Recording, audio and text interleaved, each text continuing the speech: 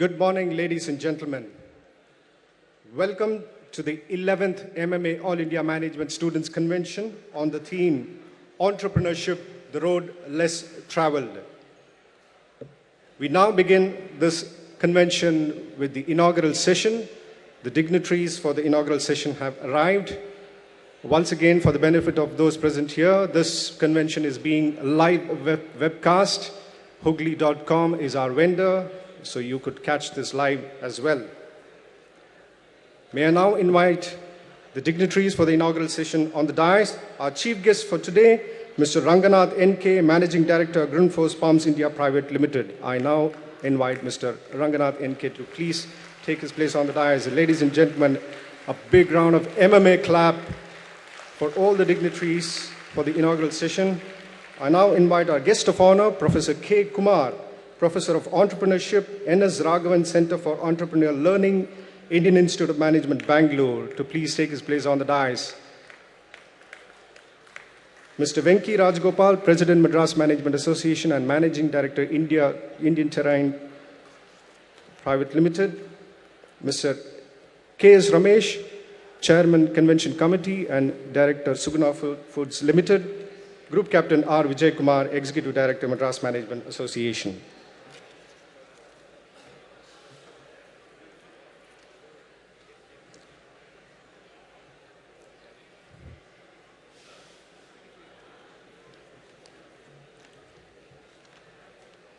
A very warm welcome, gentlemen.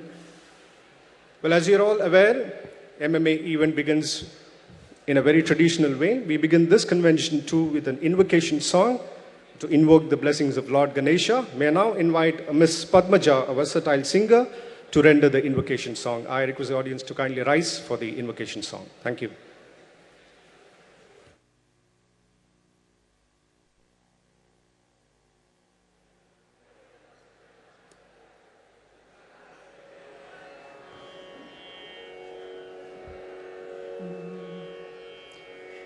Shri Ganesha Sharanam, Shri Ganesha Sharanam, Gajanana Devar Munivar Paniyum Dayakara.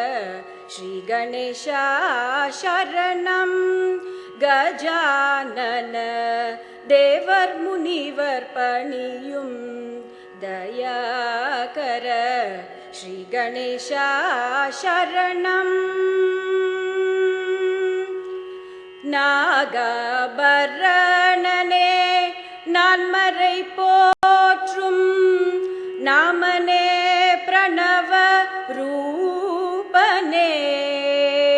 Nagabaranane Nanmarai Potrum Namane Pranava Rupane. Jaya Shri Ganesha Sharanam, Gajanana Devar Munivar Paniyum Dayakara. Shri Ganesha Sharanam. Padam Nambum Ramadasa Varadane Modaga Priyane Gauri Sutane. Modaga Priyane Gauri Sutane. Adidevan Ninadin Arul Illayen Vedanum Malum Seithorilundo. Adidevan Ninadin Arul Illayen Vedanum Malum Seithorilundo. Shri Ganesha Sharanam, Gajanana Devar Munivar Paniyum Dayakara. Shri Ganesha Sharanam.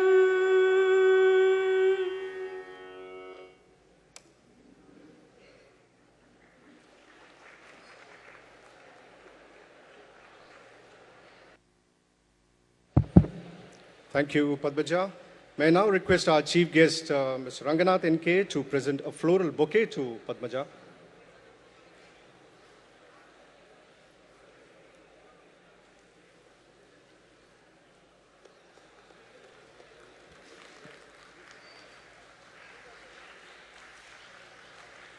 Thank you, Padmaja. I now request our chief guests, Mr. Ranganath N.K., Professor Kumar, Mr. Venki Rajagopal, Mr. Ramesh, and Group Captain to please step forward to light the traditional Kuttu Vilakku.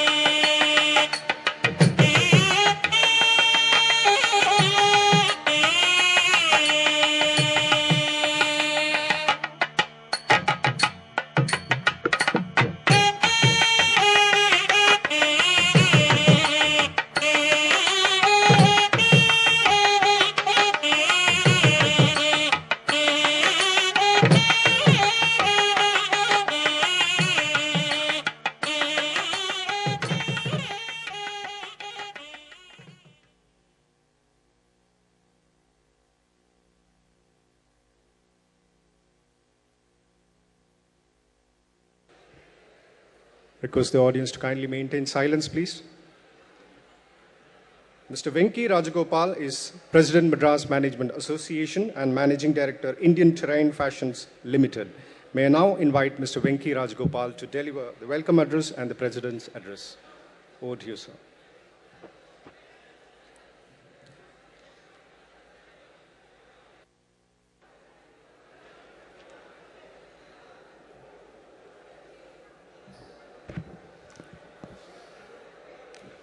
Good morning, students, ladies and gentlemen. On behalf of the Madras Management Association, I extend a very warm welcome to all of you to this wonderful event, the annual Students' Convention, which has been organized for several years now by the Madras Management Association. To our distinguished chief guest for today, Mr. N.K. Ranganath, Managing Director, Grundfos Pumps India Limited. Our special guest, who is going to be addressing us truly in a wonderful manner with his background on entrepreneurship, Professor K. Kumar. He is the Professor of Entrepreneurship at the N.S. Raghavan Center for Entrepreneurial Learning, Indian Institute of Management, Bangalore. Esteemed guests from institutes around the country, from industry, past presidents of MMA, members of the MMA committee, and all those who have helped organize this event. It is my privilege to welcome you all once again in a more formal manner to the 11th MMA All India Management Students' Convention. MMA has been truly serving the cause of management education for several decades, started in 1956, year after year, event after event, theme after theme. We do our best to bring out the best that there is for you, for any young manager to know about business, entrepreneurship, leadership, business management, so on and so forth, and so many other subjects which are of extreme importance and relevance, especially to each one of you who stand on the firmament of your future very soon.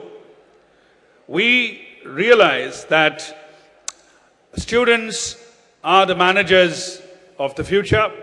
You are the building blocks of this nation going into meeting the promise, the dream which is being held forth for this country. It rests firmly on your shoulders. And we feel in the Madras Management Association that it is our sacred duty to do the most that we can for the youngest of minds whom we can touch with what we can bring to the table. And 1,800 delegates, 1,800 of you are registered, and perhaps most of you are here in this auditorium. It's a staggering number. We are overwhelmed by the response that we have got for this convention, and we believe that each one of you, by the end of the 2 days, will really be ambassadors for entrepreneurship, for what this country needs, and will take the best of what you're going to hear and see over the next 2 days into your future. India, of course, needs no introduction to entrepreneurship. I'm sure each one of you has favorite stories of entrepreneurship. I'm sure you have favorite entrepreneurs whom you think of, look up to, whether it be somebody like Steve Jobs in the United States, or somebody like Sunil Bharti Mittal in our own country, and so many others like them, big and small. Each one has blazed a tremendous trail of entrepreneurship. They have started their lives with absolutely nothing but a dream. And they have had the courage to chase it. They have had the focus required to be laser-like in pursuit of that dream. They've had the courage to overcome the kind of difficulties and setbacks which an entrepreneur is bound to have. And they are truly leaders. That, I think, is the fourth and perhaps the most distinguished characteristic of what makes a young person like you take on the road of entrepreneurship. The theme is entrepreneurship, the road less traveled. But with so many of you, such bright minds here, I think that road is going to be trampled on very heavily by people like yourselves who go forward to build this dream of a vibrant and a strong India. So it is these elements which will be spoken about, I'm sure. Being an entrepreneur is not about starting a business. It actually is becoming the CEO of your own life. You have to drive your own life in a manner where money and profit is perhaps not the only motive behind it, but there is a larger calling, there is a most singular drive towards doing your bit for your nation, to give your passion the road on which it has to go forward, and truly end up spending your life pursuing something which you truly care for, and in the process bringing wealth for yourself, wealth for society, and for all those that you touch. India is today on the anvil. You look at the opportunities around you. Whichever field you look at, be it hospitality, tourism, services industry, manufacturing, the kind of population we have and the growth we have, every one of these is absolutely brimming with potential for entrepreneurship. I am sure that each one of you is going to take back some tremendous learning from this convention, and perhaps we will set you on the path to doing what you have to do, what you wish to do in the years to come. So I wish you all the very best over the next 2 days of this convention. Believe me, we have in store for you some outstanding speakers, some outstanding entrepreneurs, some great stories of those who began with nothing but the dream I was talking about and who are today truly celebrated. All the very best. Once more, thank you, Mr. Ranganath, for being with us, Mr. Kumar for agreeing to be with us, Mr. Ramesh for having put together this convention. Wish all of you the very best. Look forward to seeing a lot more of you over the next 2 days. Thank you very much.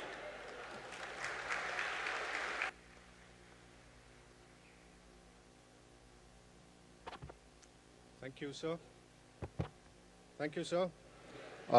Mr. K.S. Ramesh is the Chairman, Convention Committee and Director, Suguna Foods Limited. May I now invite Mr. K.S. Ramesh to deliver the convention design and theme overview.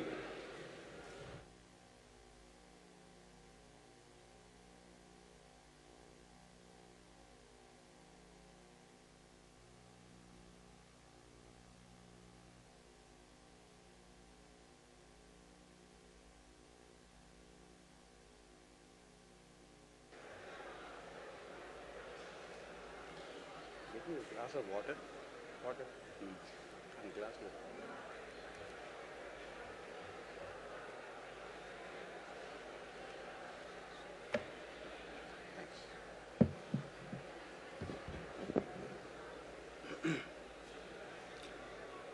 of Mr. Ranganath, Professor Kumar, Mr. Venki Rajagopal, past presidents of MMA, and my dear young friends. It's with great pride, pleasure, and honor that I stand in front of you to launch a convention which is very different from the conventions that we have done before. In the last many years, when we created the student convention, our focus was to help you learn various aspects of management.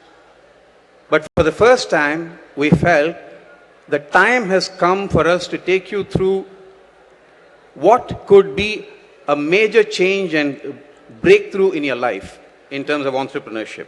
And that's why we are here today with the theme, Entrepreneurship, the road less traveled.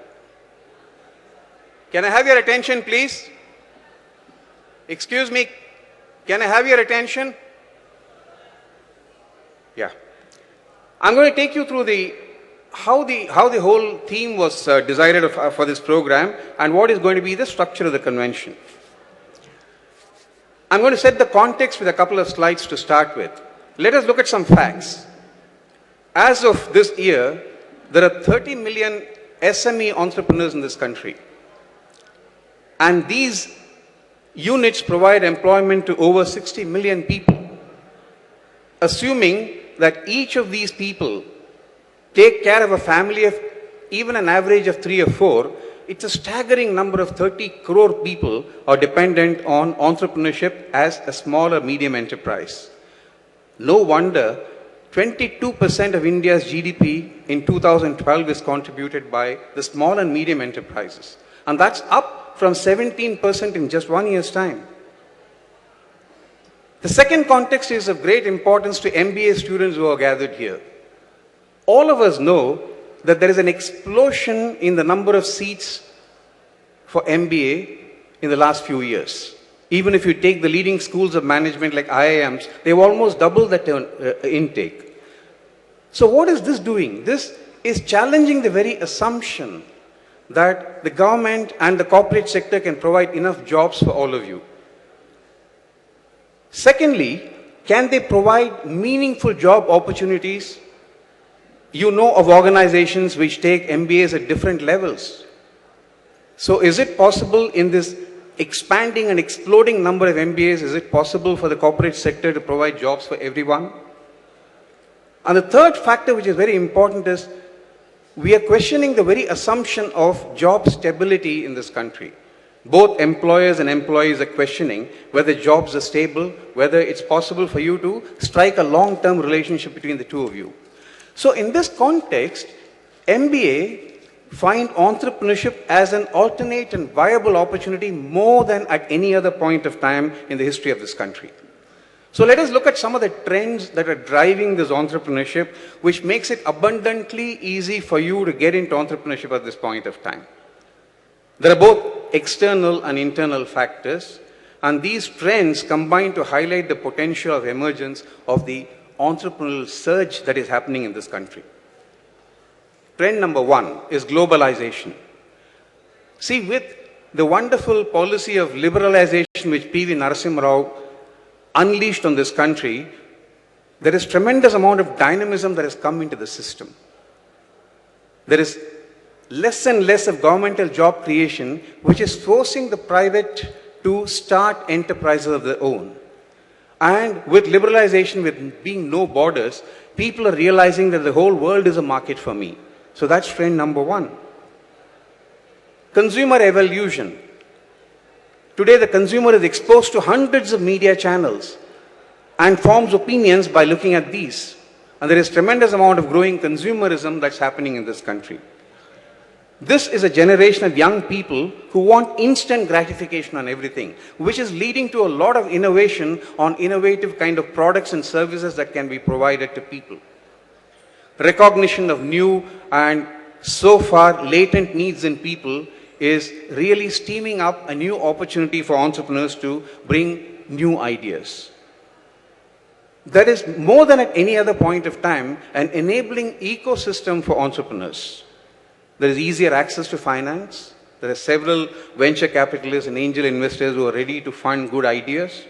There is explosion in technology, and India is at the leading edge of the information technology, which is throwing up new opportunities. And there are several organizations. One of them is the N.S. Raghavan Center for Entrepreneurial Learning, which get into entrepreneurship monitoring.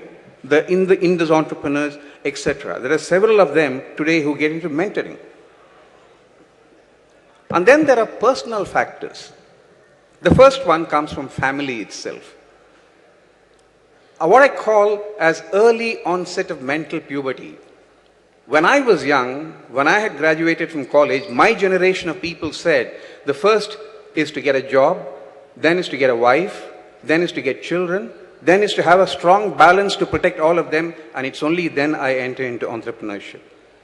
But today there is a Mark Zuckerberg phenomenon.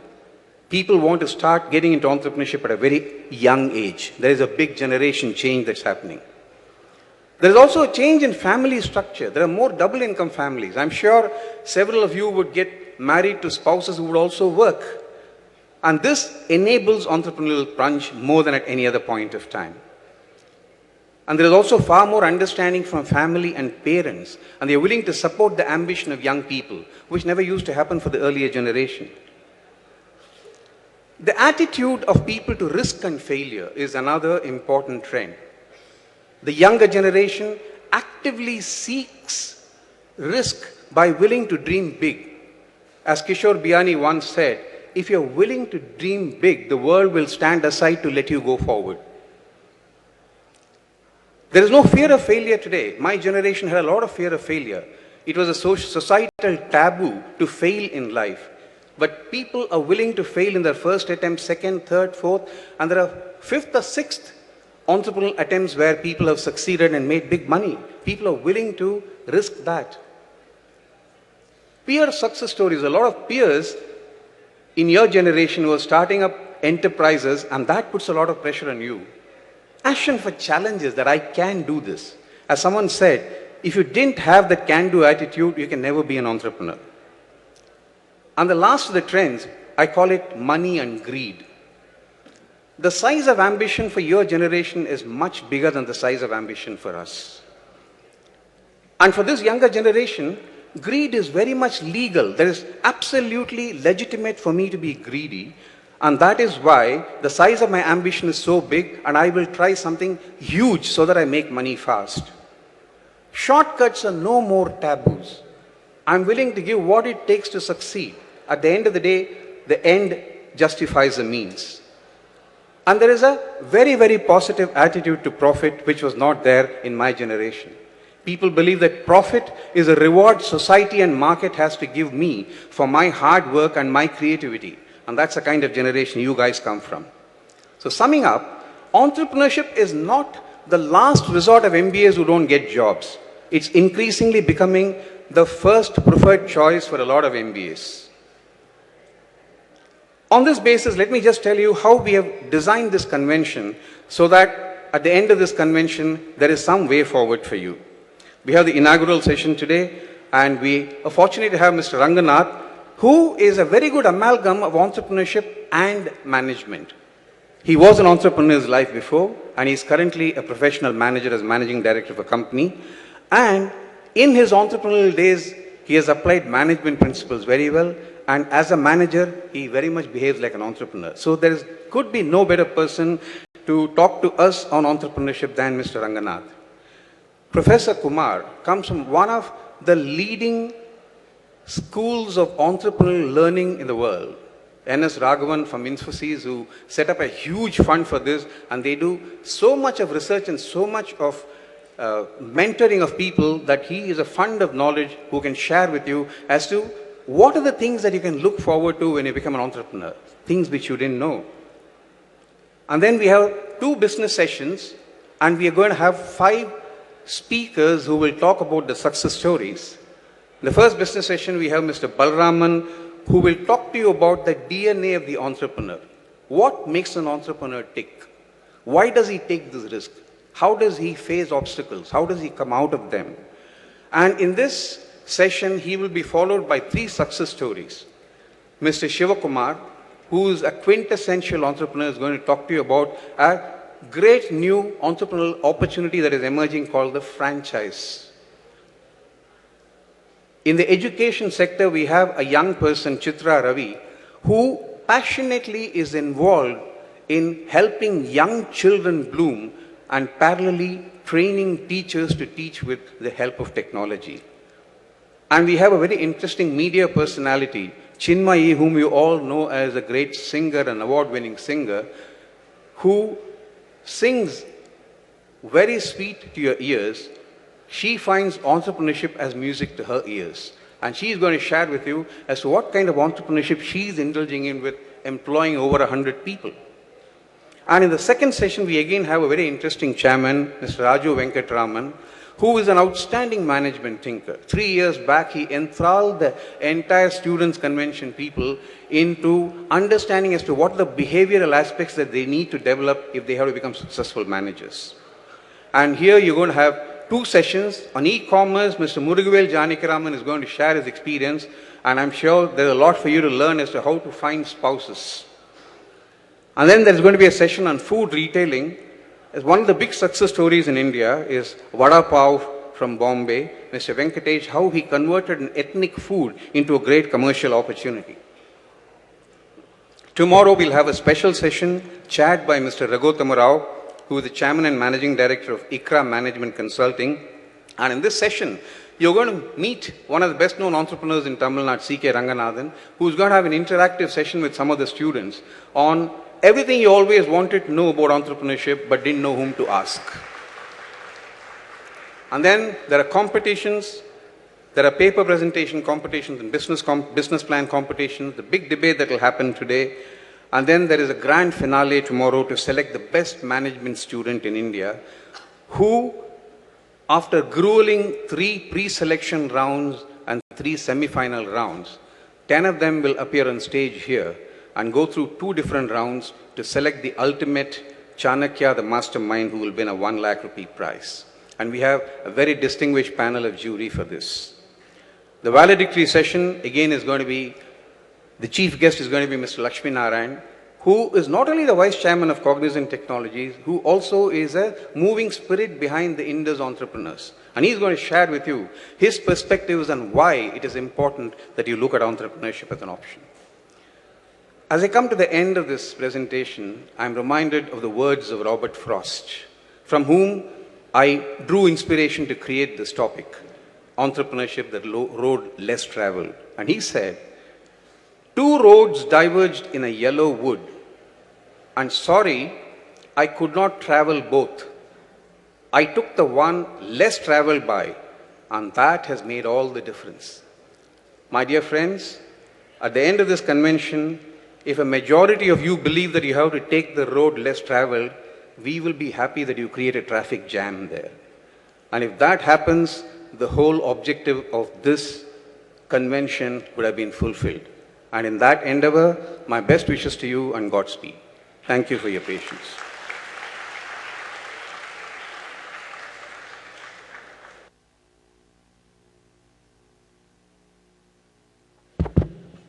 Thank you, sir.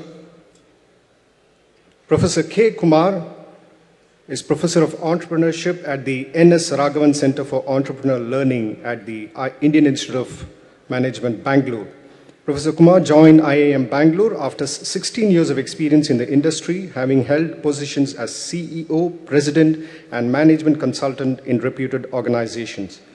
Professor Kumar's research interests are in the areas of entrepreneurial strategies and high-growth entrepreneurship in emerging economies. Ladies and gentlemen, I now invite our guest of honor, Professor K. Kumar, to deliver the keynote address.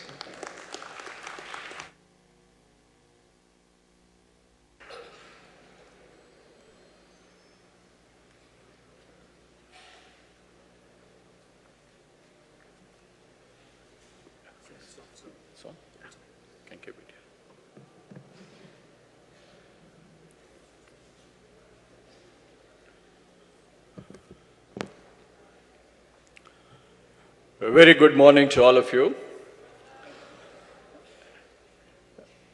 Mr. Ramesh, Mr. Ranganathan, Mr. Venkiraj Gopal, Group Captain Vijay Kumar, and my fellow academics from the entrepreneurial fraternity who are sitting in the first few rows of this convention hall, and above all, my dear students. I'm extremely delighted to be here, to be a part of this what promises to be a very momentous convention organized by the Madras Management Association.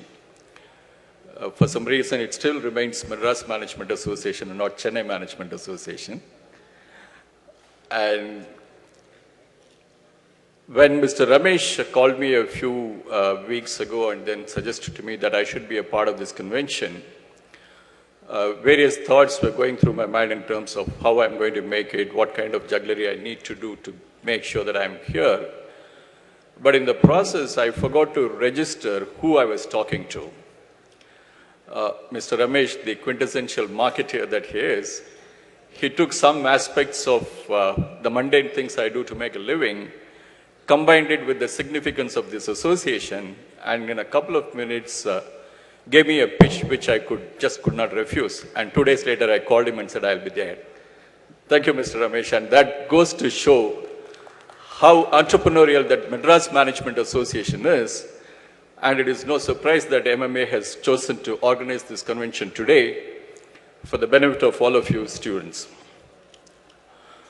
As I started gathering my thoughts to share with you today, I first had to make a call in terms of whom I am going to address and who's my audience going to be. And it was no-brainer to say or to see that it is the students who are the future leaders of tomorrow who are going to be the target audience for the 15-20 minutes of badgering I'm going to deliver.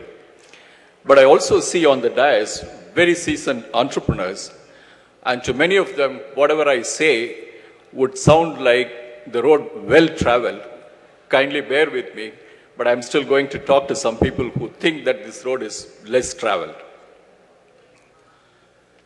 As Mr. Ramesh laid out the theme of this convention, it has made it so much easier for me to take off from what he said and then come to the specifics of some of the thoughts which I wanted to share with you. When we talk about entrepreneurship as a road less traveled, I followed it up with the question, less traveled by whom? In fact, Mr. Ramesh beautifully presented some of the very interesting statistics. There are about 30 million enterprises in India run by entrepreneurs, generating about 60 million jobs. And remember, our country's population is just about 1.12 billion. So I think entrepreneurs is well on its way. If that is the case, what is it that we are going on about talking the entrepreneurship being the road less traveled? So I thought I'll explore this question a little more and then figure out for whom is entrepreneurship the road less traveled.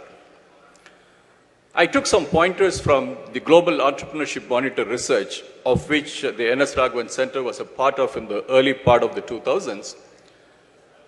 And they came out with some very interesting statistics about the prevalence of entrepreneurship in India. What they found was almost about 14 people out of every 100 citizens of India was involved in some form of entrepreneurial activity or other. And this number, remember, more or less remained static over a period of about 2 to 3 years, so that this 14 out of 100 is not a figment of imagination, it was a sustaining trend. If that is so, then where is this question of being road less traveled coming up from? The answer also is provided by the same research of Global Entrepreneurship Monitors, when they go further and then talk about the distinction between an opportunity-based entrepreneurship and necessity-based entrepreneurship.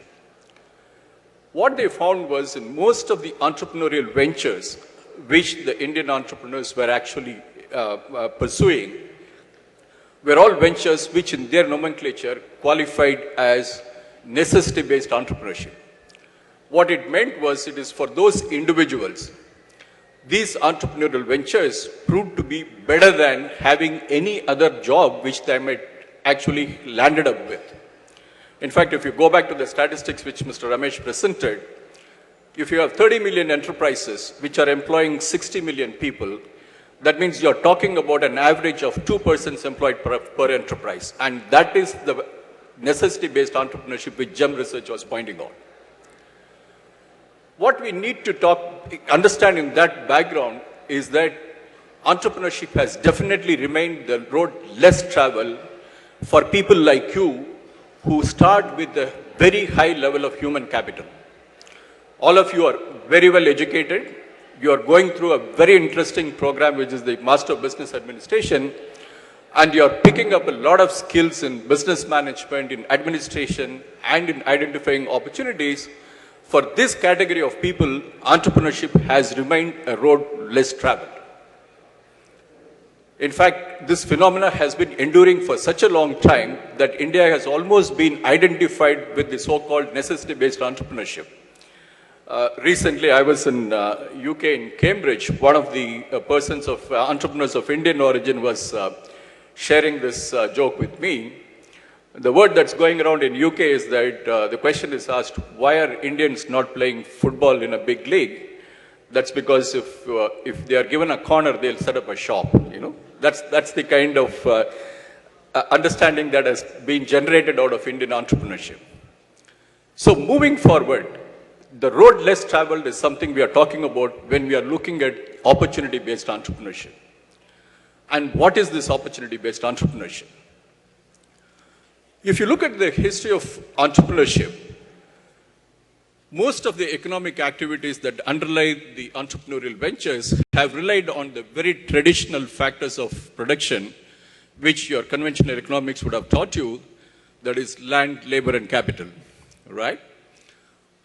And we have probably come to the end of that era where just the three conventional factors of production like land, labor, and capital can form the nucleus of any value-creating activity. The world has moved very far. As Mr. Rightly pointed out, there are very interesting trends that are coming up. You are talking about advances in technology. You are talking about the phenomena of globalization, liberalization, where the governments get out of the way and let individuals take initiative. All these combined together have created a new economic regime where land, labor, and capital are not just good enough for you to create economic value. If you look around today, when you try to further use land for creating economic value, look at the kind of controversies that it is creating. You want to go to Chhattisgarh, mine the land, and take out the resources, be it coal or mineral resources. There is another concern by way of the protection of environment which comes to the fore. There is a social concern which talks about people getting displaced, so you cannot exploit this land anymore. When you talk about labor, the same objections come through in a very different form. You talk about the entry of foreign direct investment into the country. There is a counter view which says that Indian workers will be exploited, Indian traders will be exploited. You talk about capital. You talk about the perils of moving capital seamlessly across the world, because capital does not fuel only positive economic activities. Capital can also fund undesirable social actions. So you look at land, you look at labor, you look at capital, there is the downsides of utilizing these resources to the hilt has already been exposed. If that is a trend which we have to reckon with, where are we headed? What is it that we can use in future to create economic value and distribute this value equitably across the population of this world so that the lot of every individual who comes and lives on this earth is improved? If you have to do that, the only way you can do it is by using the fourth factor of production, which is knowledge. This is not a very new realization. The macroeconomists and development economists have been talking about it for a very long time. The new growth theory talks a lot about how knowledge is central to value creation. And this is not empty rhetoric, by the way. Countries have realized it with the hard way, the importance of using knowledge. There is a very interesting phenomenon which in entrepreneurship scholars talk about, which is called the Swedish paradox. If knowledge is a very important factor of production, then it automatically follows the countries which invest a lot in creation of knowledge should automatically experience higher levels of growth in their economies. But it did not exactly happen that way. The classic example is that of Sweden. Sweden is one of those countries in the late 90s and even till early 2000s which spent an enormous amount of money on creating new knowledge by spending money on research and development. Sweden was one of those countries which spent a very high proportion of their GDP on creating new knowledge. But to their horror, the Swedish planners and the Swedish leadership figured out that all these investments in knowledge creation activities was not really translating into economic growth. When they dug a little deep into this phenomenon and why is this anomaly showing up in Sweden, they realized one of the problems was this knowledge was created without a suitable outlet called entrepreneurship in their economy. Sweden is one of the very well-known welfare states. The government undertakes the responsibility for providing basic amenities for all its citizens. On the flip side, Sweden was also one of those countries with very high levels of personal taxation. On the one hand, the country guaranteed a minimum standard of living for all its citizens. On the other hand, it took away all incentives for citizens to exhibit the kind of greed Mr. Ramesh was talking about. There was no room for greed here because even if your greed drives, what you create out of that greed will go back to the government. And Sweden was in a kind of a no-win situation where on the one hand knowledge is being created, on the other hand that knowledge is not getting applied into productive economic activities. Sweden took a lot of steps to correct this situation, and today Sweden has come a long way from that. And if you look at some of the entrepreneurship related activities that are going on in Sweden, it's absolutely stunning. Why go that far? There are many other countries which are also going through the same phenomenon, and they're all suffering because of the lack of entrepreneurship in their countries.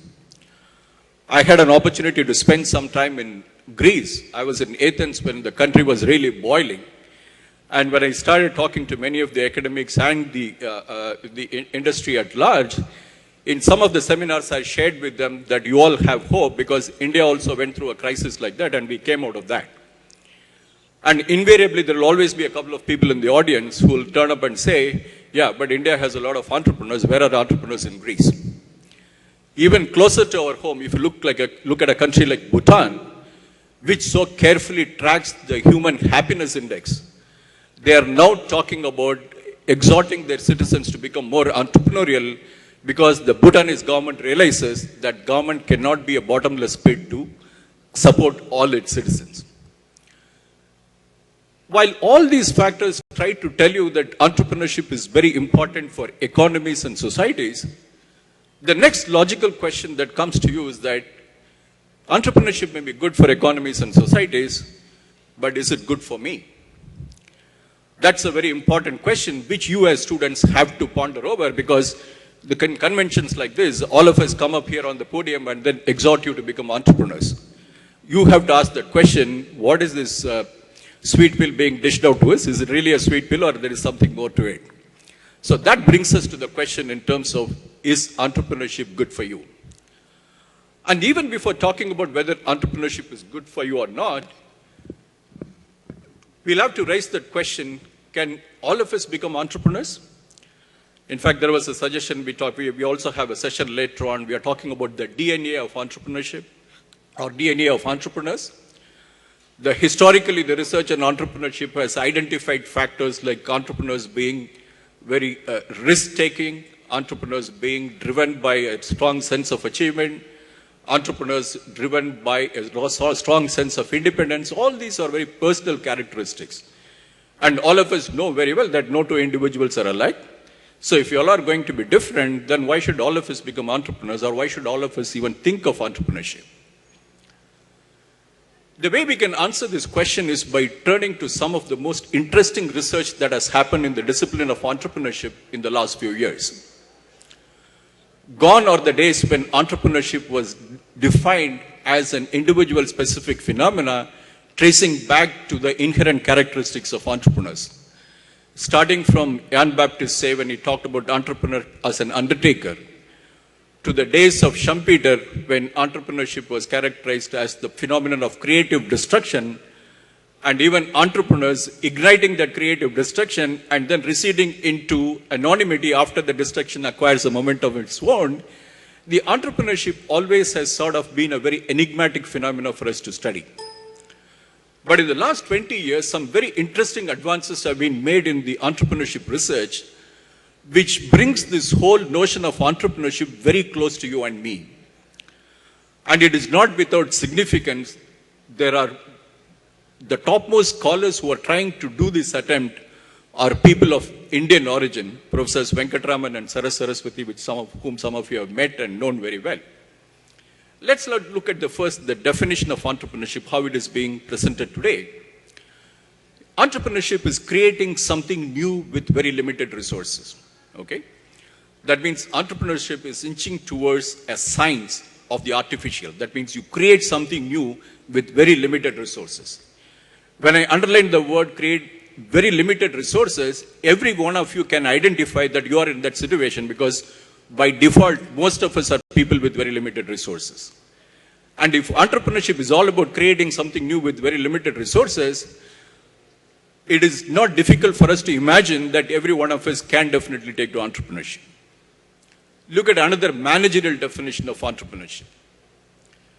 Entrepreneurship is all about pursuing opportunities without regard to resources currently under control. This is a beautiful definition coined by Professor Howard Stevenson from Harvard. And what he underlines is that without regard to resources currently under control. So in his definition, what he expands is the role of an entrepreneur is not just to find an idea and pursue it. It is also the role of entrepreneur to go and build all those resources that are required to pursue that opportunity. While these two definitions make us rethink about what this phenomenon of entrepreneurship is, there is a lot of very interesting further research that has happened to figure out how do you navigate this process of entrepreneurship. The challenge of creating something new with limited resources is nothing insignificant. It is a very significant challenge. A one-line description makes it sound as if it is very easy, but all of us know it is not easy. If it is not easy, what is it that you can do, or what is it that you can learn to make this process of creating something new with limited resources work effectively? That's where a cognitive scientist like Saras Saraswati spent a lot of time asking a question in a very different way. She said, we also know that there are a lot of entrepreneurs who have succeeded very well. There are a lot of entrepreneurs who have repeatedly succeeded by being serial entrepreneurs. Obviously, these people know something from which we can learn something. So what is it that they know and what is it that they do? That asking the question or framing the question in terms of what can be taught about entrepreneurship gave us some very interesting insights about how you can approach entrepreneurship. This whole theory of effectual entrepreneurship, which Saras Saraswati propounded, takes the starting point that entrepreneurs are people with very limited resources. She argues by saying that move entrepreneurship from the realm of prediction of future, what will happen in the future, uncertain markets, whether this product will really find a market, can I really produce this product? These are all questions which warrant you to make some predictions without any data. On the other hand, she said, you start this whole process of entrepreneurship by looking at things which are under your control. You start with who you are, you start with what you know, you start with whom you know, and then through this process of engaging all these three inputs, you start developing your idea of entrepreneurship and then eventually go to a point where you have a viable business on hand. In the process, she also demolishes some of the myths which we carry about entrepreneurship, which make us feel, particularly students like us, that entrepreneurship is not for us. In fact, when I was driving down from the airport yesterday, one of the young students, Praveen Kumar, came and picked me up, and I was having a conversation in the car with him. I asked him, supposing I tell you tomorrow you have to become an entrepreneur, what is it that worries you? He first said, sir, I don't have money. I don't have motivation. I don't have support from people. I lack the confidence. The four things he identified in a matter of 1 minute, and these are the four things that are holding him up from being entrepreneur. And the way Saras talks about entrepreneurship through the theory of effectuation demolishes all these burdens. It tells you that you can start entrepreneurship the way you are. You just start with whatever you know, and you can go through a very systematic thought process which helps you to build on what you know and what you already have, rather than waiting for something externally to happen so that you can become a success as an entrepreneur. She also builds a case that why nothing externally is going to happen, because if there is one quality which all entrepreneurs share, or if it is one specific aspect of the environment which all entrepreneurs share, it is that uncertainty. It is not going to go away from any entrepreneur's endeavor. So entrepreneurs have to deal with uncertainty, and effectual thinking is the best way of dealing with uncertainty. So what we are looking at now is a fairly strong advancement of knowledge about the entrepreneurship, knowledge about the phenomena, knowledge about the processes involved in bringing an entrepreneurial venture to the fore.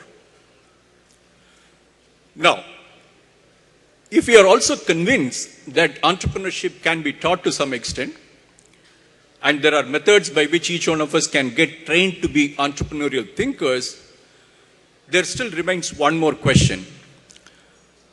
It may be good that I'll be able to be an entrepreneur, I may be able to practice entrepreneurship. How does it reward me? What is in it for me? Right? Most of the business schools, we know that one of the biggest measures of your rating is the so-called placements. Right? Your parents send you to an MBA program with all hopes that you will all be coming out with six-digit salaries, 7-digit salaries, depending upon how you define your grade. And there is a whole lot of expectation that is built around what you're doing. If that is the case, and obviously there are limitations that the future will not exactly proceed the same way for reasons highlighted by Mr. Ramesh. The number of jobs are shrinking, the half-life of companies are shrinking. There is no reason for us to believe that the past will project into the future. Nevertheless, there is always a tendency for us to ask, if I follow this path, how rewarding can it be? Let me give a couple of examples or build a case as to why it would still make sense for most of us to attempt entrepreneurship. In my own personal career, a few years, I spent a lot of time in the corporate sector, and I was also oscillating between my entrepreneurial role and a corporate role. In one of my corporate jobs where I was the head of a profit center, I had taken up that job after about 3 years of my entrepreneurial stint, after I sold my company and got back to a job. A few months into the job, I figured out that the company's business was not on a very sound footing. I took courage to go and have a one-on-one with my boss, who was the chief executive of the company, and then tried to sort of, in a very commonsensical way, engage him by saying, don't you think there is something wrong with our business?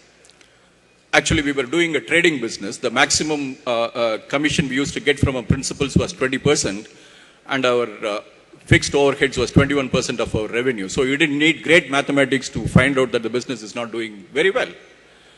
When I broached this subject to my boss, he turned around and told me, Kumar, I have given you a brief.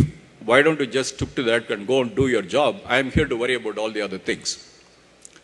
Now, contrasted with the role you play as an entrepreneur, you can't tell yourself that. The bottom line is yours, and you are holding the baby.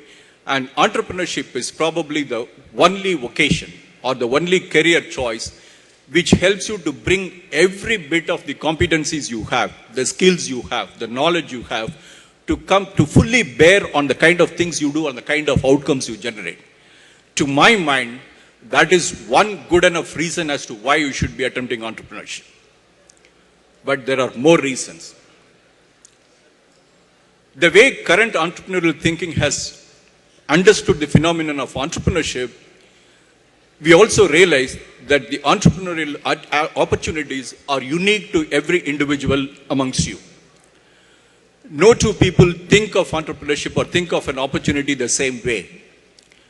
You may be observing the same phenomena, you may be looking at the same data, but what it means to each one of you will be very different depending upon where you come from.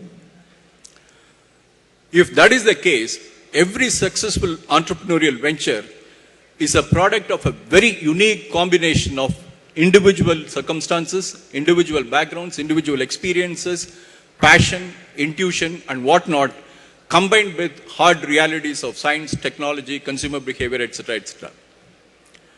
If that is the case, entrepreneurship is something which is an opportunity which each one of you can create for yourself. Put it very explicitly, entrepreneurship is not a career choice which some large-hearted individuals, institutions, or society have to reserve for you. You can create it on your own. It is something which cannot be taken away from you it cannot be appropriated away. And these two reasons together, to my mind, makes it all the more viable and meaningful for each one of you to pursue or think about a career in entrepreneurship. To sum up, all that I want to say is that entrepreneurship is too important for the society for all of us productive individuals to ignore. There is no reason for any of us to believe that entrepreneurship is not for me. Increasingly, there are aspects of entrepreneurship which all of us can learn and then benefit from.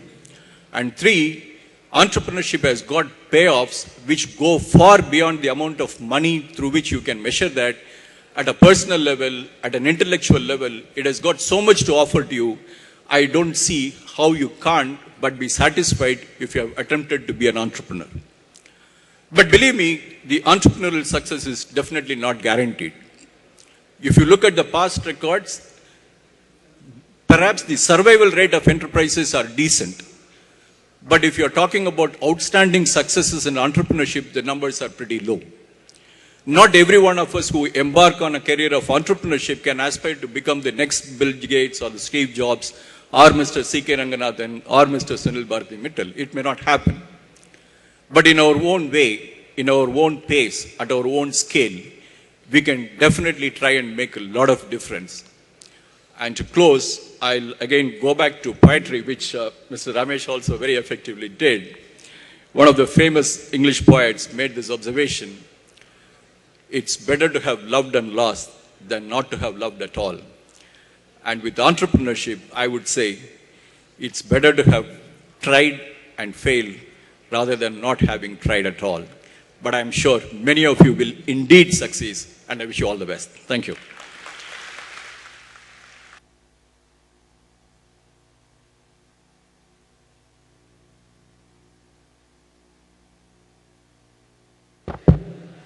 Thank you, Professor Kumar, for that very inspiring and insightful address on entrepreneurship. Ladies and gentlemen, MMA comes out with an eagerly awaited monthly news magazine among the management fraternity, Business Mandate, every month.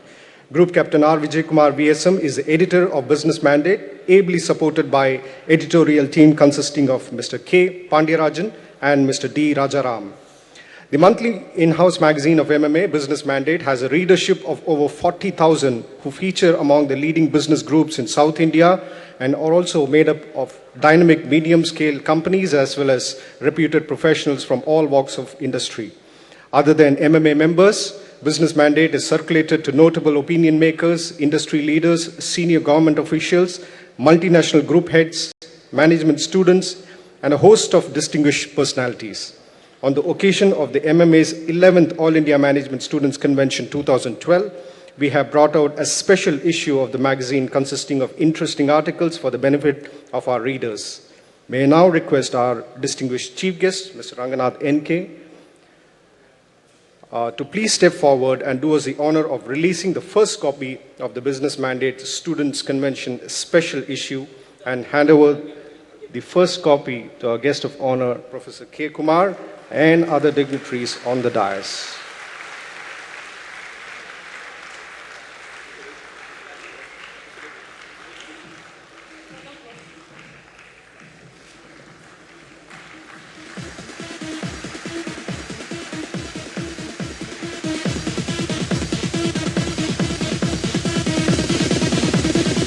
Ladies and gentlemen, that's the special MMA Students Convention issue of Business Mandate.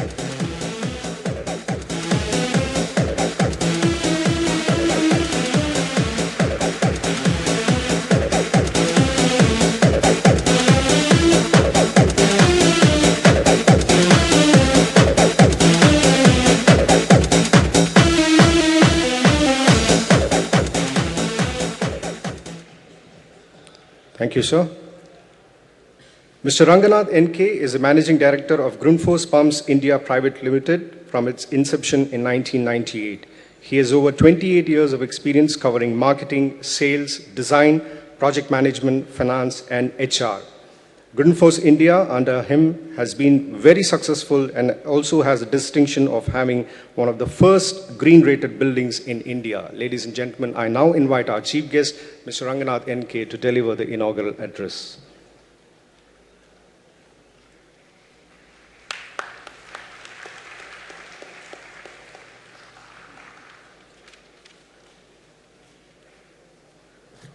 Well, before I even say a good morning to all of you, I thought I'll practice what we preach. I'll take the road less traveled. 3 of them went there, so let me come here. So that's the start. So good morning to all the students out there, the professors, Professor Kumar, Venki, Ramesh, and Group Captain Vijay Kumar. As always, it's a pleasure to be in front of many students. The MMA Students' Convention is one of the major annual events, and this 11th one on the topic of entrepreneurship, the road less traveled. I think you'll be discussing this over the next 2 days. But I will take a cue from Venki, who just said that maybe many of you will be on this road, and then also a cue from Ramesh that there could be a traffic jam. I can sort of barely see hands, but can we take a vote? How many of you would like to be entrepreneurs? Put your hands up. Okay, I see a considerable number. So obviously you will have your traffic jam. So good. Now, if you look at, I don't know how many of you have heard of this guy called Henry Ford. Can you again raise your hands? Okay, not many have heard of Henry Ford. He's the guy who started the Ford Motor Company, and he's the guy who came out with a model called Model T.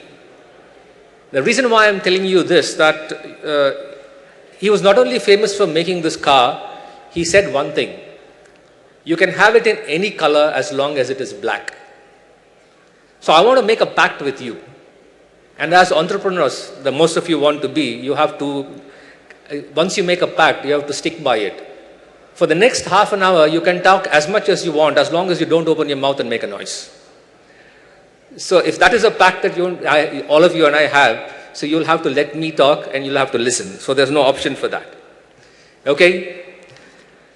A road less traveled, we can take it literally that it is a road less traveled, not many people take it. Or I see it from another angle, that if you need to be an entrepreneur, you have to take the road less traveled. You cannot be like everybody else and still differentiate yourself. So obviously, you need to do something different. And in this day and age, without differentiation, there's not much success. So to be a successful entrepreneur, first you start deciding that you will take the road less traveled, however difficult it is. Now, what is the classic definition of an entrepreneur? I am not a professor, unlike Professor Kumar or even Ramesh, who's mostly a professor these days. But from my point of view, I think a classic definition is an entrepreneur is one, he or she who promotes an organization or operates a business or has any kind of enterprise, investing his or her own money and taking the financial risk. This is a very classic definition. Now, of course, I hear that creates something new with very limited resources. The definition has changed a bit, and also without regard to the resources currently under control.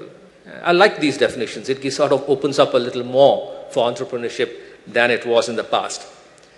Now, again, the questions that pop to our mind as young people.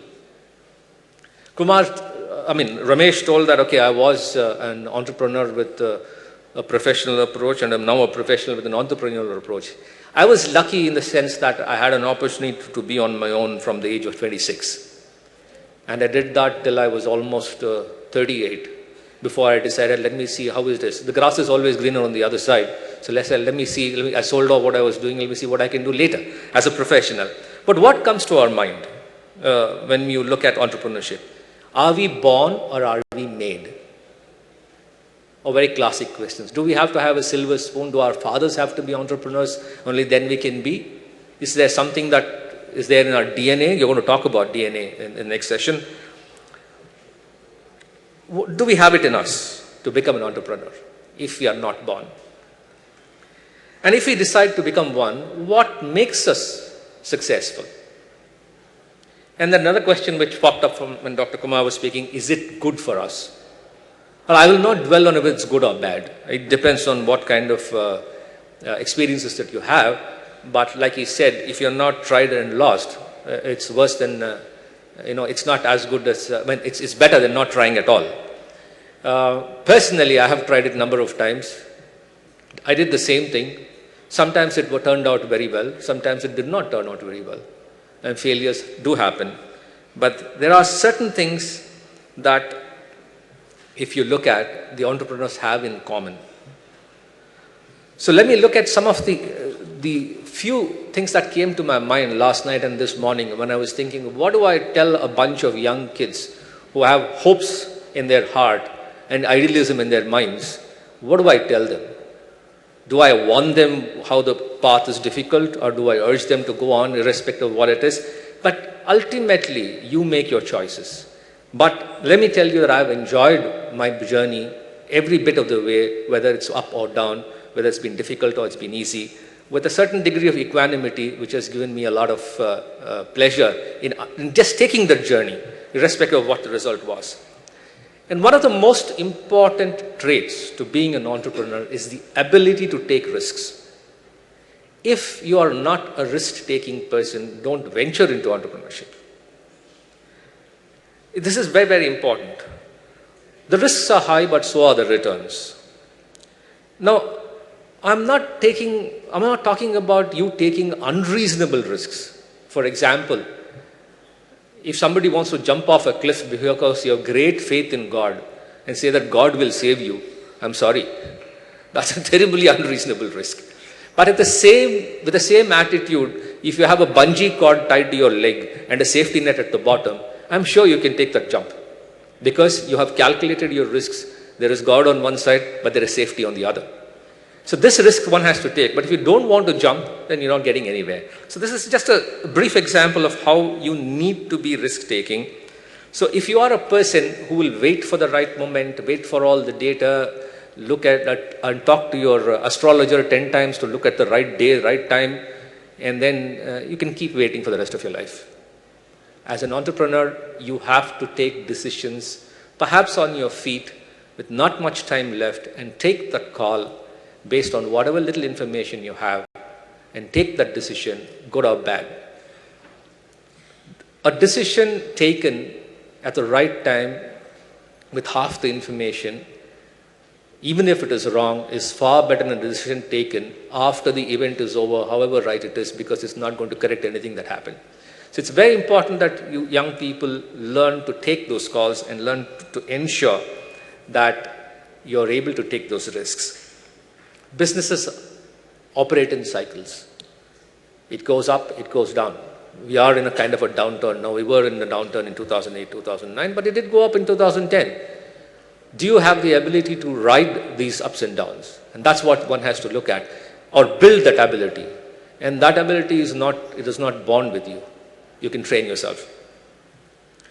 The other thing that I would like to say is the ability to see around corners, to see what others don't see in terms of opportunity. And that makes a real distinction between an entrepreneur and one who's not.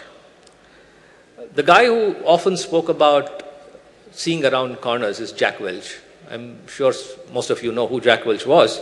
He was running GE for a long time. One of the attributes that he saw in his team, which led a number of GE's divisions, was this ability to see around corners. Not only see around corners to see what opportunities exist, but also see around corners to see what risks exist.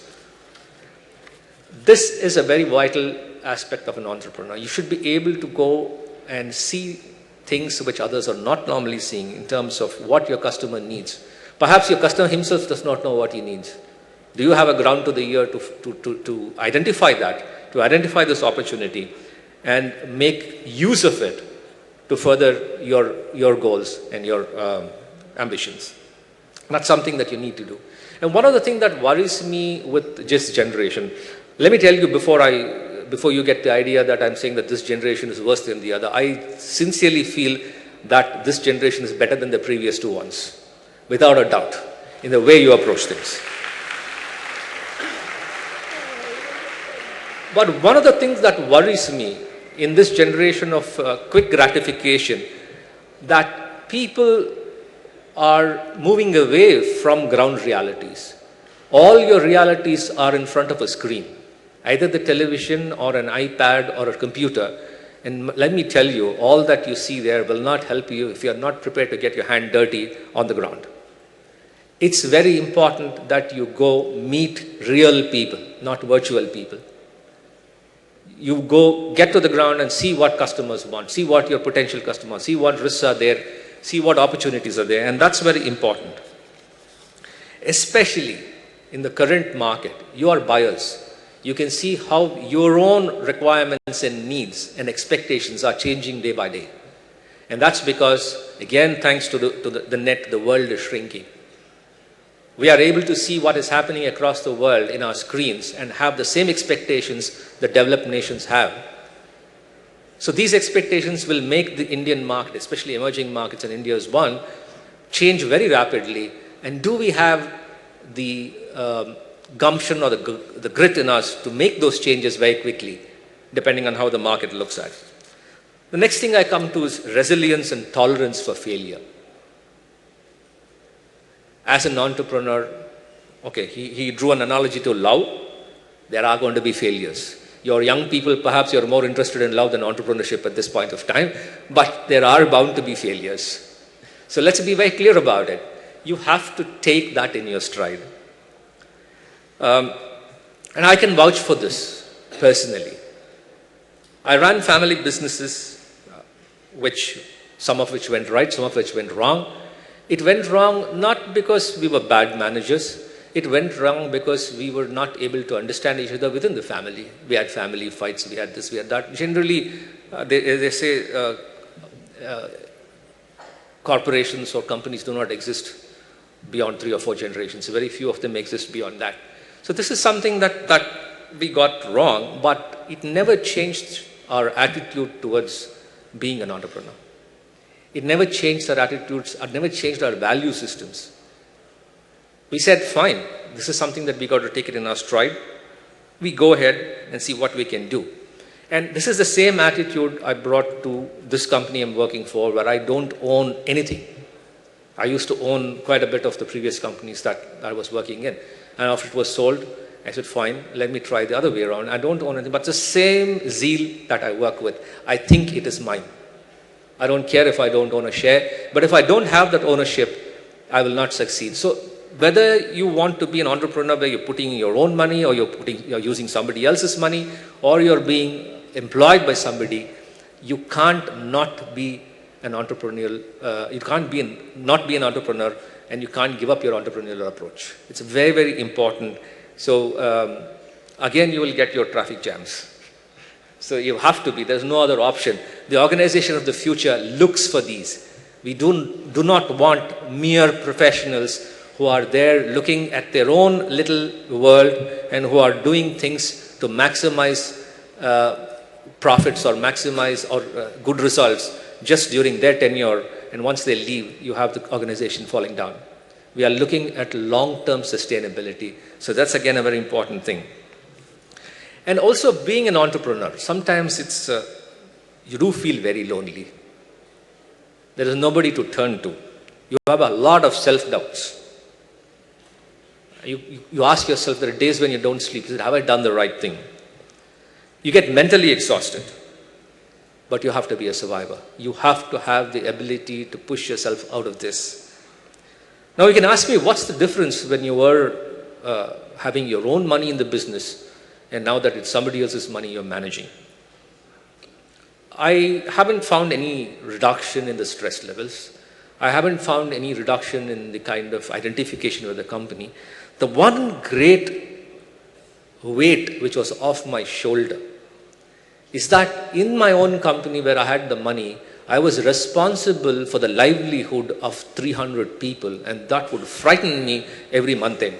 How am I going to pay these 300 people? I don't have that pressure now. I have other pressures. But which is why I tell my employees that even if somebody is a tea shop owner, I think we should respect him for what he is, because we, after all, get our salary at the end of the day, and somebody else is really working for it.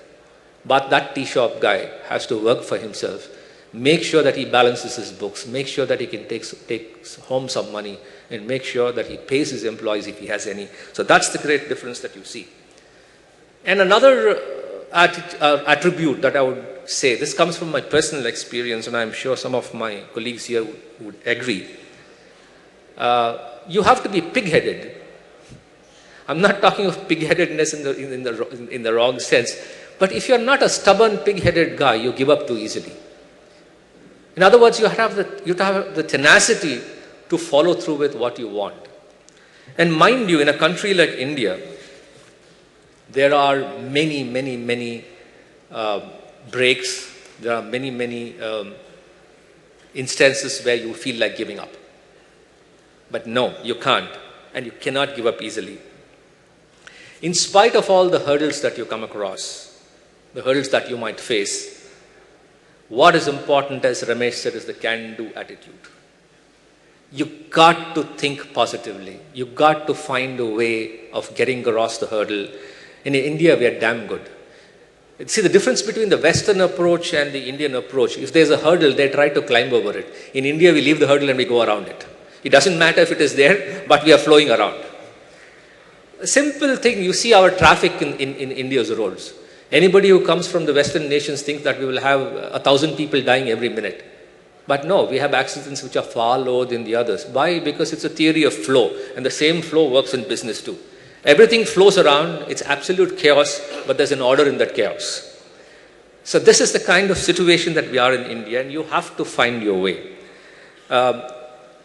Unfortunately, over these long years, we find in the private sector, where some of us work, in the public sector, including the government, there are more people to tell us why we can't do something rather than tell us how we can do it. That's one thing that I would like you young people to think. Do not get into a mold where you're telling people why you can't do something. As long as it is legal, you have to tell them how you can do it and help them do it. And that's the only way that we can progress as a country. This is something that you need to think about. The other one, which comes to my mind, is responsibility. Now, what do you mean by responsibility? I'm simply referring to taking responsibility for the consequences of the action that I take. I have seen, and I still see, when something goes wrong in an organization, be it a company like ours, or be it an educational institution, or be it the government, the moment something goes wrong, everybody is doing this, pointing at the next person. Nobody wants to take responsibility. You only want authority and you don't want any responsibility. That doesn't work as an entrepreneur. I don't know what words, I think Professor Kumar said. It is something which says that the baby, you said something? The buck stops here is what I would say, or you're holding the baby, that's it. I mean, there's nobody else to hand it over to. So you have to take responsibility for your own actions. And that's very, very important. As an entrepreneur, you have to be professional. You have to ensure that you have a clear, open mind. You have your ears and eyes open to the ground. And if something goes right, you have the grace to accept it well. And if something goes wrong, you have the grace to accept the responsibility of having that go wrong, instead of pointing fingers at others. The other thing that I've seen, and I see it very often on a day-to-day basis, people give ideas and then they start championing their ideas. That is good.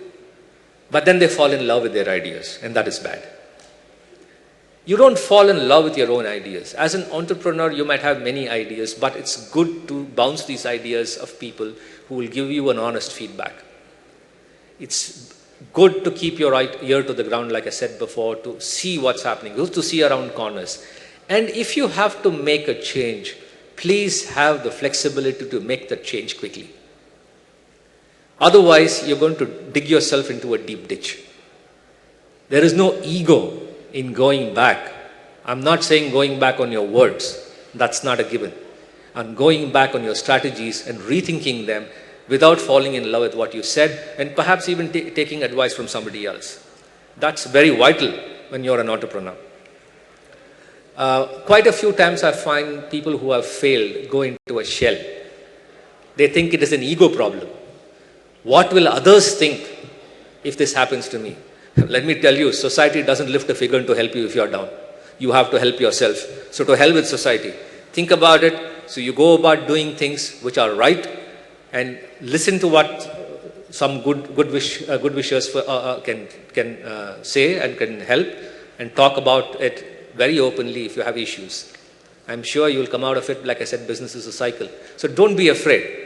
And over one or two cycles, you will see that you become a veteran. It's just practice. Many places I hear that it takes about 10 years to become good at anything. So start early if you want to become entrepreneurs, because you can take that risk. You don't have a family, you don't have a wife, you don't have children. So you can take bold steps till that point of time. It doesn't matter if you lose all your money, you can again come up. But what it does, it hones you into a very fine entrepreneur. And by the time you're ready to settle down, you have all the tools of the trade in your hand. One thing again, which I rate very high, is integrity. Integrity and honesty are very important, not for short-time money making, but for long-term sustainability. If people lose faith in you, however good you are, you will find a lot of hurdles. People don't want to work with you. In today's situation, especially when they said that you don't have to have that much resources, so when you're raising resources from others, you also have to raise or earn their trust. And for this, integrity and honesty is very, very important. The moment there is a doubt, then there are issues. And there's one thing that Ramesh presented, which I sincerely hope is not right, and you guys should be protesting. He said the current generation is greedy and they want profits. Nothing wrong with profits. But I don't think the current generation is as greedy as our generation, the one generation before this. I sincerely feel the current generation perhaps has a little more thinking towards this country. Yes, they do things in a different fashion. They want instant results. So I do hope all of you prove Ramesh wrong and me right. That you are not greedy, that you can contribute to this country, and that you can look at collective. I'm sure you are, because even in terms of caste, color, creed, which we went completely wrong in the last two generations, I think it's correcting itself. Today, nobody wants to care about that. Especially for us, when I look at my company, I say there should be only two castes, working caste and non-working caste. Non-working caste can go out, working caste can stay. It doesn't matter what else you are. So these divisions that are being created for politics, for other reasons of power, break it down and make sure that you prove that you guys are completely different from what some of us would be thinking about. I'm sorry, Ramesh, but we need to sort of drive them. And I know that this is a noble thought everywhere, that the current generation is greedy. Yeah, you want to make better money, but you're greedy because you're paid more than we were paid. But that doesn't matter. From our end, you're greedy, but from your end, if you look at it, you're not greedy. That's the market rate. So it's okay. A fair wage is good, and we have to be in line with the rest of the world. Why should be Indians paid any lower? You have better brains. The only thing that you don't have better than the others is perhaps discipline. Just get that up a little more, and then I'm sure we'll be the best in the world. So this is something that you need to do. The most important thing now for being an entrepreneur, very basic thing, is you cannot fear failure. Very basic thing, other than all the others. It is fear that prevents us from doing many things. I remember the days when I was in business school, when I was asked to give my first public speech. I was trembling in my knees. My words wouldn't come out. It was just fear. Still, I had this professor who's from the US who said, "What's wrong? Just loosen your jaw and talk what you want. The rest of the people are just like you. You guys are no less than us. Don't fear anything.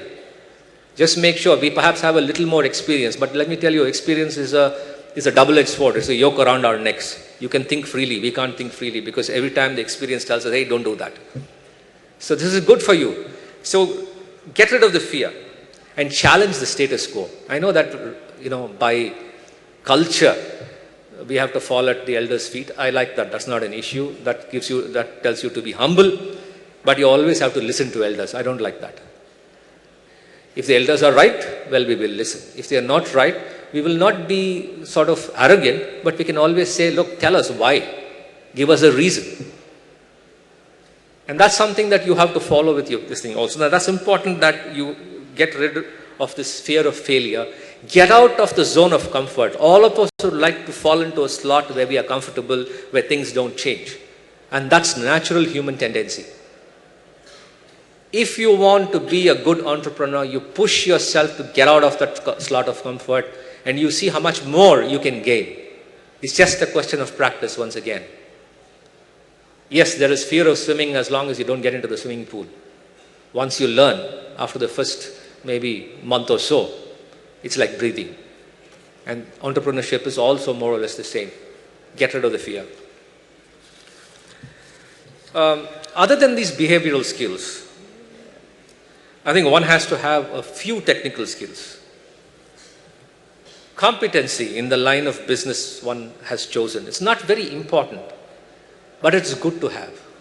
It's good to have because it makes you that much more attractive to people to invest in you if they feel that you're an expert and you know what you're talking. Of course, you can also get to be an entrepreneur in areas that you don't know much about, but then again, that's a little more difficult. Handling crisis situations. They said failure is a stepping stone to success. Whoever said it, said it right. The more and more you handle crisis situations, whether your own or somebody else's, the more and more prepared you are to handle crisis situations. And let me tell you, life throws a lot of them at you. It's a question of how you overcome it, and that depends on your attitude. Communication skills. You have a fantastic idea. You're a brilliant guy. You know that your idea will work, your business will work. But if you don't know how to tell people why it will work, and to bring people into your fold, to make them a part of your team, bring investors onto your table, how is it going to be a success? So your written and oral communication is very, very important so that you can make a success out of the venture. Otherwise, great ideas will just go by. And also, the vision that you create should be based on truth and facts and not on fiction and lies. I find in the past, at least a few years ago, when we didn't have this kind of what you call transparency in the governance, many companies just raised money on pure fiction and lies. And very few of them are existing today. There's no sustainability there. Team building skills, again, very important for a successful entrepreneur. We have a lot of power distance in this country. The boss is always right. Stand up when the boss passes by. To me, very stupid. Hierarchy in a company should be there just for the administration of the company. People should be left to contribute to the best ability that they can, to be trained, guided, but be left to contribute. So when you build your teams, ensure there's a certain amount of equality and that you pick everybody's brain. And today it's only the collective which works. And no great individual can do great things to companies. It's a team. Look at the history of entrepreneurship in India. I think we've run through a few phases. There was a phase, I don't know if this is the third or fourth phase in my own thinking. The first was during the British rule. We had organizations started up by the British and by some Indians. Huge power distances. There were white sahibs and brown sahibs, and the rest were servants. It ran, but perhaps there was a little more values then than it is today. Then we have the other era, which was from independence till around the 1970s, what I would call the Nehru era, where we looked at socialism as the driver. And the socialistic pattern, we overdid it. And then we came up with what is called the common man. And now that has morphed into Aam Aadmi and a mango man.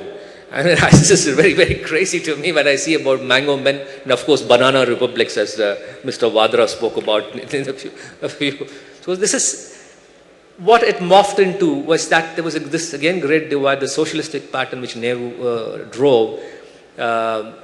Again, there was little less corruption. I won't say there was no corruption, but the pattern did not work for us because it did not really cater to the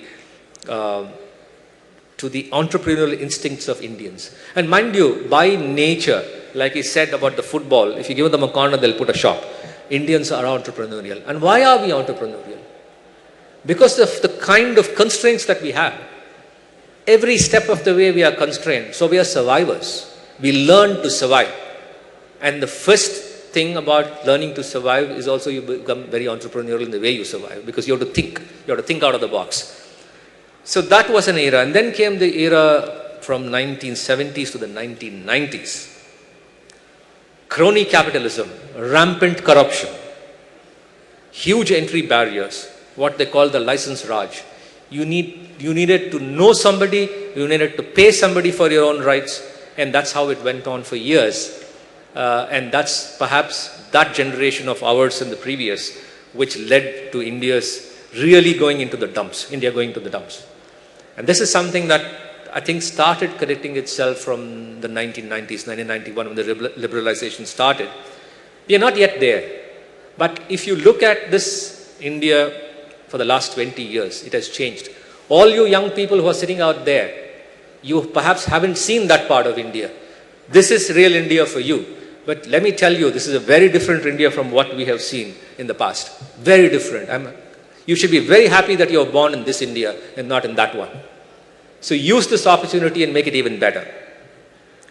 So perhaps there will be a fifth phase, the phase that you are going to handle. Young, vibrant India with young, vibrant Indians who will drive the growth and an inclusive growth. We cannot afford to let a major part of our society be where they are and expect some part of society to become richer and richer. And this is very important too. So I'm coming to the end of what I should say. So it is not necessary to be born as an entrepreneur, but one can train to be, and one can acquire the competence to become one. It of course needs hard work, a business-oriented approach, a high degree of customer focus, and a passion for what you're doing. And then you have to, on top of all this, you have to be at the right place and at the right time. And when I say this, please don't go from here and start going to your astrologer and ask them whether I'm at the right place at the right time. You have to have the ability to recognize if you're at the right place at the right time and use that opportunity. In our generation, we had very few choices. We had to be engineers or doctors or lawyers. And if our fathers did not have a business, it was very difficult to become a businessman. You could become small shopkeepers and traders, but it's not the same. As somebody said now, it's the Mark Zuckerberg phenomenon. IT and the internet has opened up. You can sit in your houses and become entrepreneurs.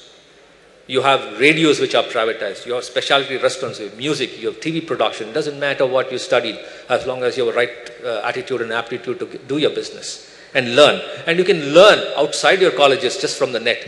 The kind of lectures that I see on the net, whether on engineering or anything, it's amazing. I never had those lectures when I was in engineering. Now I'm learning engineering from these lectures that are up on the net. So it's good.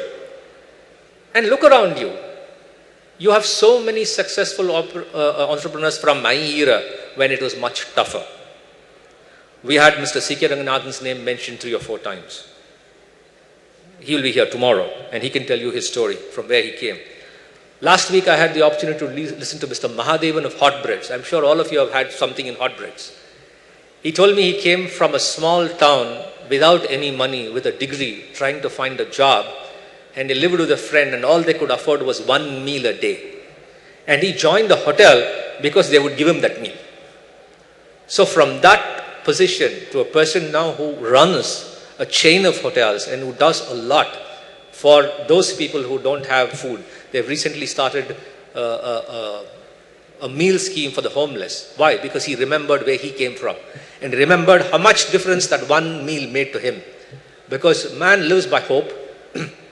And hopes change when your stomach is full. Your entire thinking changes. So this is something that you need to think about when you start your own businesses. Is it good only for me? Or is it good for the community that I am in? Or is it good for the entire country? So this is something that you have to look at. Forget all that. We have a shining example, Mr. Venki Rajagopal, sitting here as president of MMA. What was he? He was an IPS officer. He was a policeman. something told him that he has to get out because he was unhappy. I'm sure, I know his story, he didn't know what he was supposed to do. He picked some ideas from people, and today he's built Indian Terrain, a brand which is very well known, which is perhaps would become one of the best known brands in India. And he didn't have anything with him. So there are examples that you can think of.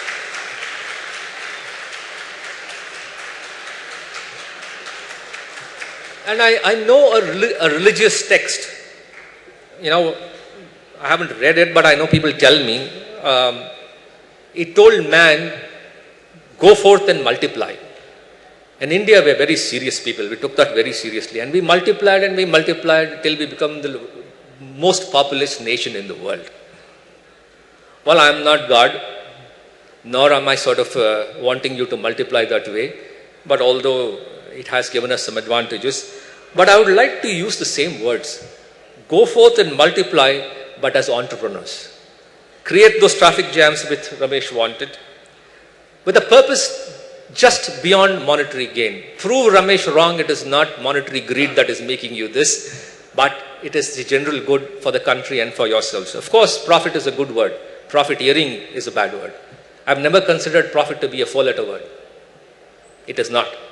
But when you profiteer, even though it has a lot more letters, it's a dirty word. So it's important that you look at it with integrity, with a clear focus, and ensure that you have inclusive growth. And my best wishes for all of you for a bright future. Thank you.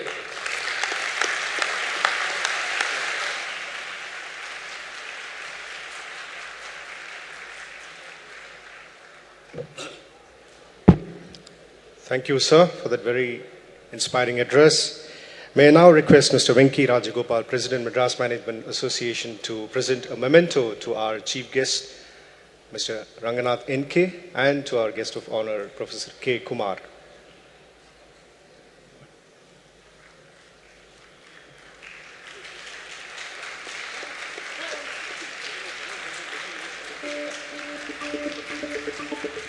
Thank you, sir, for having accepted our invitation to be present here.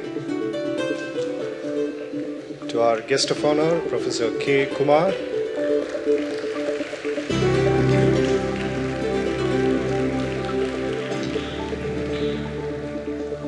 Thank you, sir.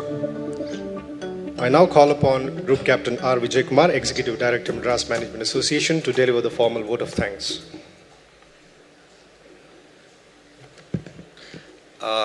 I decided to follow the chief guest. Road less traveled is much better than longer road at which you have been. I'll say all the most of Chennai is suffering today by a number of longer roads. Distinguished chief guest, Mr. Ranganath, the guest of honor, Shankar, Mr. Venki, and Mr. Ramesh. It's indeed a proud privilege for me to be here today to deliver the form of vote of thanks. In fact, I'm blessed. I'm doing it for the 6th time in a row because it's always a great privilege to be with great management students like you. I must first thank our chief guest, Mr. Ranganath. He is not new to MMA, he is not new to me because I had the privilege of being with him 1 year as he was the president year before last. It's fantastic. Whatever he said in his speech, he practices, I can assure you that. And thank you, Mr. Ranganath, for being with us and a very inspiring, thought-provoking address, which is going to set the tone for next 2 days of our discussion, deliberation going to come. Thanks to Mr. Kumar, who has come from all the way from Bangalore. I know, you know the curriculum in a business school, that too in the Indian Institute of Management, Bangalore, is always very tight. In spite of the busy commitment, he traveled all the way from Bangalore to be here to speak more about the entrepreneurial skill, which I'm quite sure each one of you are much richer by knowing Swedish syndrome, a number of other issues which you brought out. I'm quite sure it will stand you good if you're going to take up. The number of people who have made this convention a great show, otherwise it's not really possible to present such a big show to you with collection of speakers down from all over India. There's one single person who stood behind us, a rock, and all the time guided and pushed us to present us and inspired us to do a great convention like this. He is none other than the convention committee chairman, Mr. Ramesh. Thanks to Mr. Ramesh, we are able to bring year after year. Out of the 6 years, 5 years we did the convention together, and each year we are growing from strength to strength. Thank you, Mr. Ramesh. It's been a fabulous having you with us as a convention committee chairman, and also other members of the convention committee who have been a great source of support to us.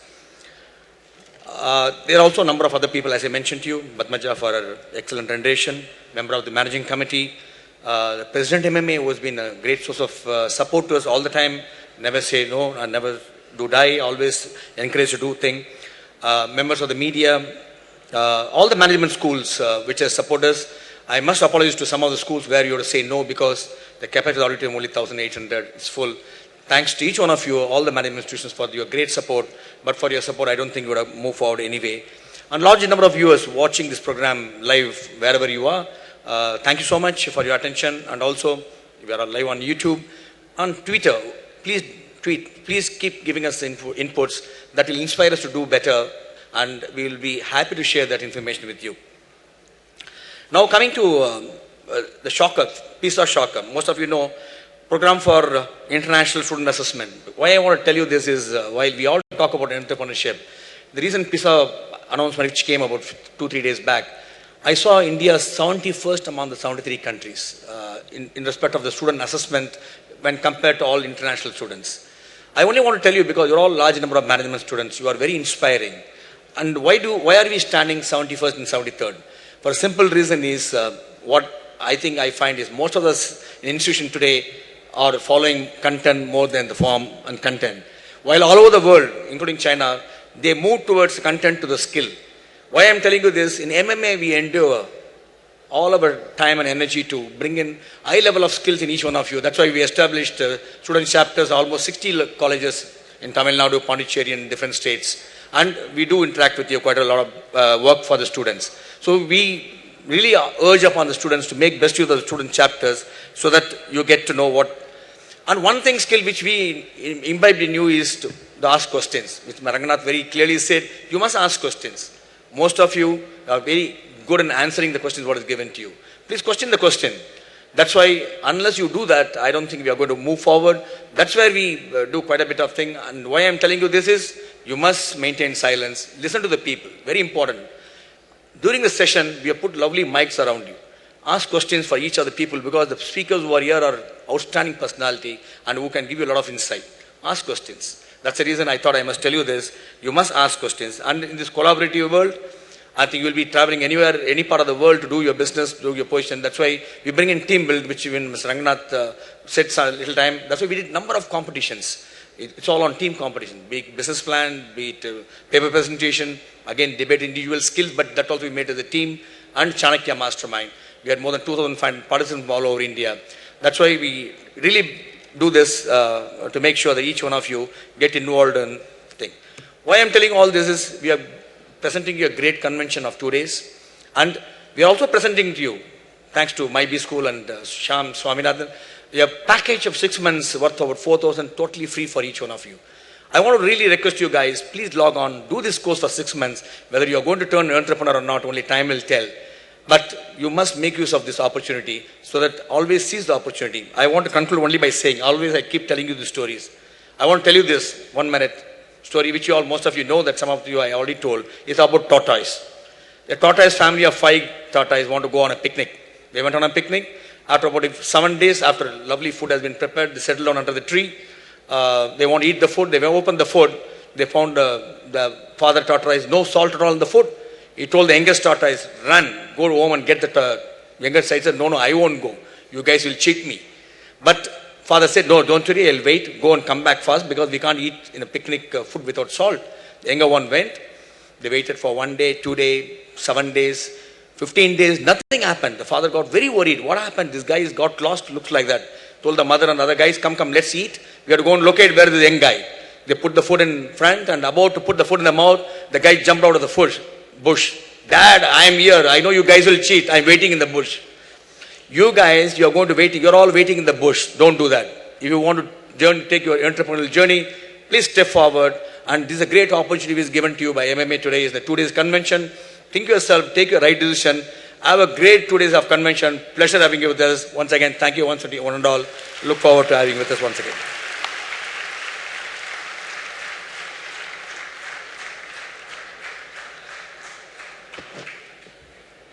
Ladies and gentlemen, with this we come to the end of the inaugural session. We now will break for tea, a short break, and we will reassemble for the first business session at 11:30. Before that, let me also announce that we will have a small energy breaker during the tea break. So those of you who would like to stay back, we have a session on kinesiology by Ms. Padmaja. Stay back, enjoy the energy breaker. Thank you very much.